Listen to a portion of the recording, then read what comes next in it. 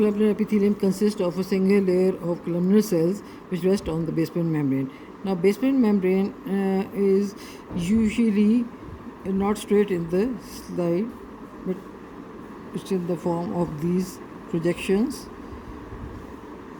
and then you will draw upper limit of this epithelium like this in the form of interrupted lines. You can give upper limit to these cells.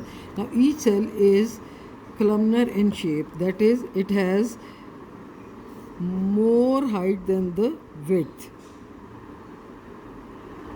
This is upper limit, and you can see that width is small and height is more. So these cells are tall and they have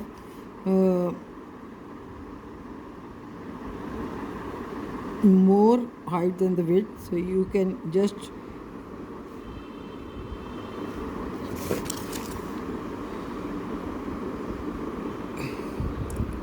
put up these lines here with small width, and you can complete whole of this epithelium like this.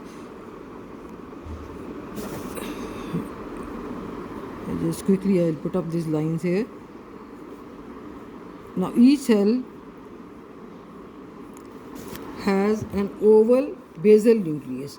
Oval is like this, and basal is just above the basement membrane. That is, below half of the cells you will draw this vertical oval basal nucleus, and all the nuclei lie at the same level and at same distance from each other.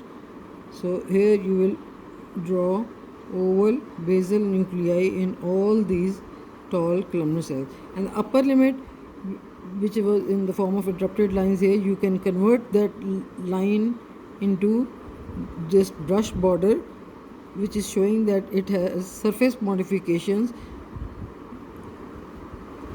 in the form of microvilli, because usually the slide is of gallbladder and it has these microvilli on the top. Similarly, you can draw another projection here, and then you can extend this epithelium like this. Cells are tall, columnar in shape, and they have oval basal nuclei.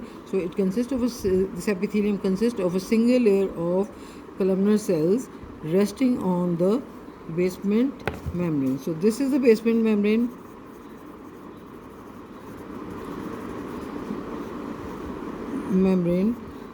These are the columnar cells, tall columnar cells in fact, and this is the striated border to microvilli.